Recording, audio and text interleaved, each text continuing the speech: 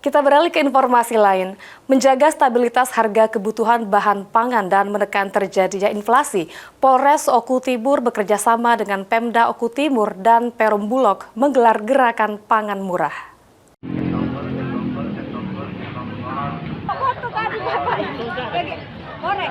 Guna menjaga stabilitas harga kebutuhan pangan dan menekan terjadinya inflasi, Polres Oku Timur bekerjasama dengan Pemda Oku Timur dan Perum Bulog menggelar gerakan pangan murah yang bertempat di Pasar Kota Martapura.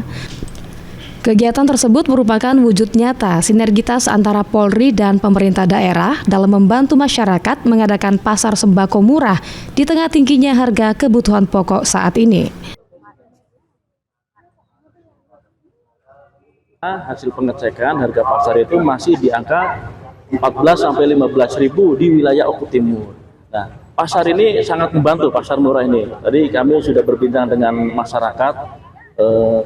Masyarakat sangat terbantu dengan kegiatan gerakan pasar murah ini. Polres Oku Timur sendiri menyelenggarakan hari ini di 9 titik, ya, di polsek-polsek.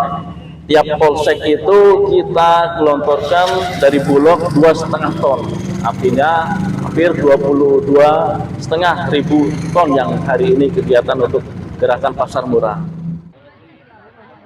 Sementara itu, Kasih Harga Pangan Dinas Ketahanan Pangan Oku Timur Indah Puji Rahayu menerangkan, dalam gerakan pangan murah kali ini disediakan beras, paket sembako, dan gas LPG.